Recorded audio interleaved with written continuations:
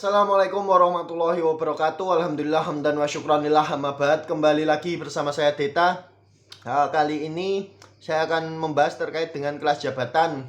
Kemarin kita sudah tahu bahwa kita membahas terkait dengan tunjangan kinerja atau remunerasi atau tukin, di mana tukin tersebut diberikan berdasarkan dengan grade atau kelas jabatan masing-masing. Nah, kali ini kita akan membahas terkait dengan kelas jabatan yang ada di Kejaksaan sesuai dengan Kepja nomor 6 tahun 2021 terkait dengan penetapan kelas jabatan untuk pegawai Kejaksaan pegawai Kejaksaan Republik Indonesia, baik jabatan struktural, jabatan fungsional, dan jabatan pelaksana. Diatur di dalam lampiran 1 dan 2 dan 3 adalah urutan kelas jabatan yang ada di Kejaksaan, dan ada beberapa jabatan yang mungkin menarik untuk kita bahas karena memiliki grade atau kelas jabatan yang bisa lumayan tinggi. Untuk kelas jabatan yang paling tinggi sesuai dengan lampiran 1 per Kepja nomor 6 tahun 2021 adalah grade atau kelas jabatan 18. Itu adalah grade yang dimiliki oleh Wakil Jaksa Agung. Jadi perlu rekan-rekan ketahui bahwa Wakil Jaksa Agung dalam instansi kejaksaan adalah sebenarnya pimpinan tertinggi. Akan tetapi itu pimpinan tertinggi dalam internal Jaksa Agung. Jadi misal nanti rekan-rekan ada yang cajak atau jaksa itu bisa mendapatkan jabatan struktural, bisa menjadi kasubsi, kemudian kasih, kemudian koordinator atau kabak, kemudian menjadi kajari, kemudian menjadi asisten, kemudian menjadi kajari lagi, kemudian kabak atau kejagung, kemudian jadi waka, kemudian karo, kemudian kajati, kemudian sesjam, kemudian jam, dan kemudian rekan-rekan ternyata dekat dengan calon presiden masa depan. Misal saya jadi presiden, rekan-rekan teman saya gitu, saya mempercayakan pimpinan tertinggi ke rekan-rekan, otomatis rekan-rekan akan menjadi wakil Jaksa Agung. Sementara untuk Jaksa Agung sendiri, misal saya presiden, kemudian saya memiliki teman yang pinter banget, setaraf Rocky Gerung gitu, pemikirannya luar biasa, dan saya mempercayai bahwa beliau mampu untuk membawa kejaksaan ke tempat yang lebih baik, maka saya bisa memberikan jabatan Jaksa Agung ke rekan saya tersebut. Atau mungkin saya menemui tokoh yang di dalam kejaksaan sendiri, baik jaksa ataupun mungkin non jaksa, tapi menguasai hal-hal terkait dengan kejaksaan, baik teknis maupun non teknis, dan sebagai presiden saya berhak memiliki hak prerogatif untuk mengangkat siapapun menjadi Jaksa Agung. Jadi perlu rekan-rekan ketahui bahwa yang paling tinggi, grade yang paling tinggi itu bukan Jaksa Agung tapi Wakil Jaksa Agung, yaitu grade 18 dengan tunjangan kinerja sebesar 38 jutaan. Mungkin nanti kalau peraturan terkait dengan kenaikan gaji itu udah naik, beda lagi, cuman untuk kali ini masih sekitar 38 juta. Kemudian untuk Jaksa Agung sendiri itu berapa? Jaksa Agung sendiri sesuai dengan, karena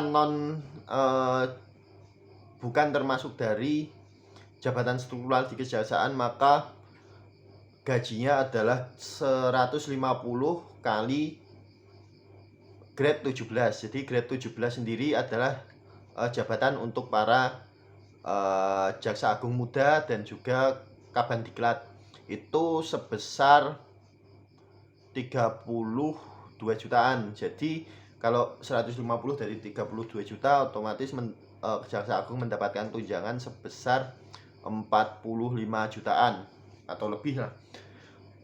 Kemudian kita langsung turun untuk jabatan-jabatan di bawahnya menyesuaikan ya.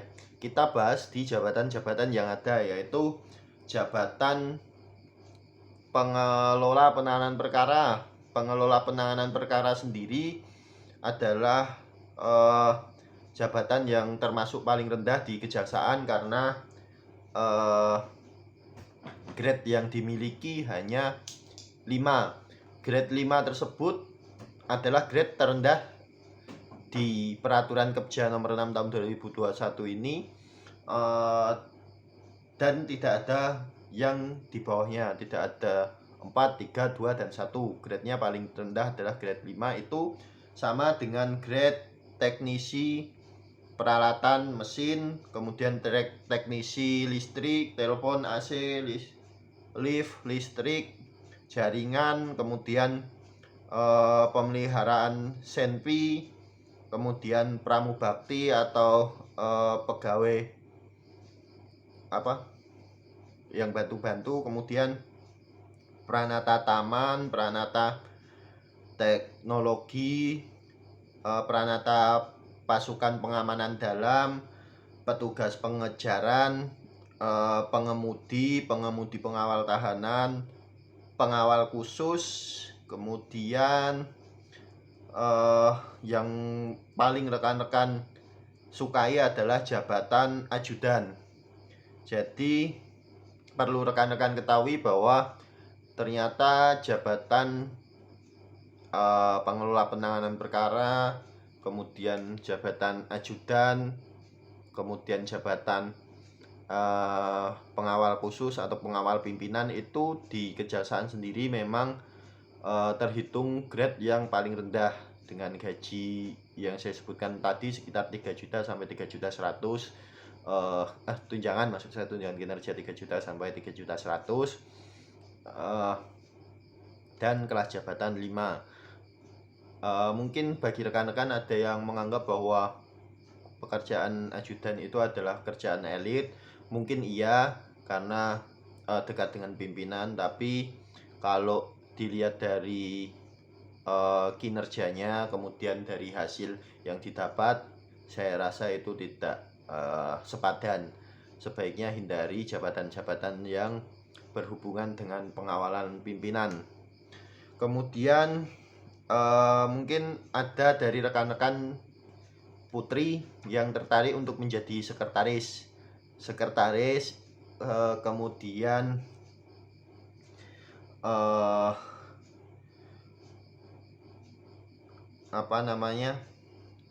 yang dari pranata barang bukti, kemudian rekan-rekan yang menguasai ilmu ekonomi, ilmu akuntansi, itu seperti pengelola keuangan, pengelola gaji, pengelolaan itu mendapatkan grade yang lumayan tinggi, yaitu grade 6. Untuk grade 6 sendiri mendapat tunjangan itu sebesar 3,5 juta. Kemudian bagi rekan-rekan yang memiliki formasi pengawal tahanan, tadi juga saya lupa, untuk pengawal tahanan sendiri itu sama dengan sekretaris, sama dengan pranata barang bukti, yaitu grade-nya 6, sehingga gajinya lebih tinggi dari rekan-rekan yang pengadministrasi penanganan perkara. Walaupun kemarin memang untuk pengawal tahanan sendiri banyak yang tidak minat karena aturannya susah, akan tetapi memang gajinya terpaut lebih tinggi dari PPP sendiri kan 3 juta, sementara pengawal tahanan 3,5 juta, berbeda sekitar 500-an ribu, dan itu lumayan untuk tunjangan yang didapat. Kemudian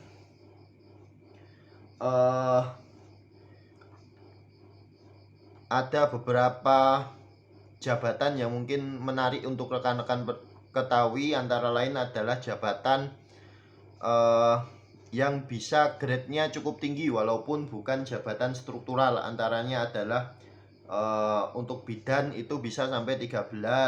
Kemudian untuk jabatan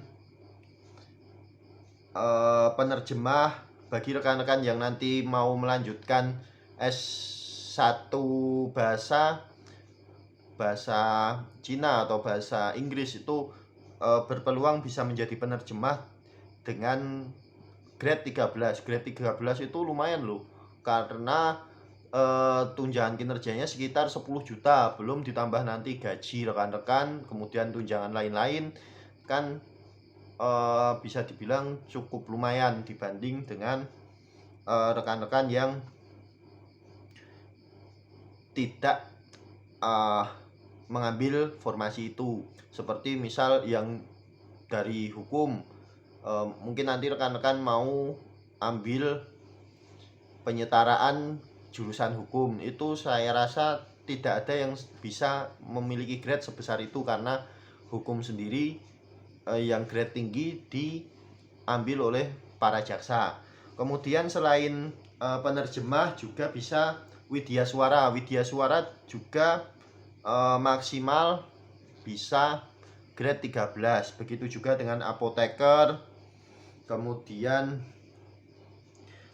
dokter, kalau dokter bisa sampai grade 14. Grade 14 itu lebih dari 10 juta yang jelas. Kemudian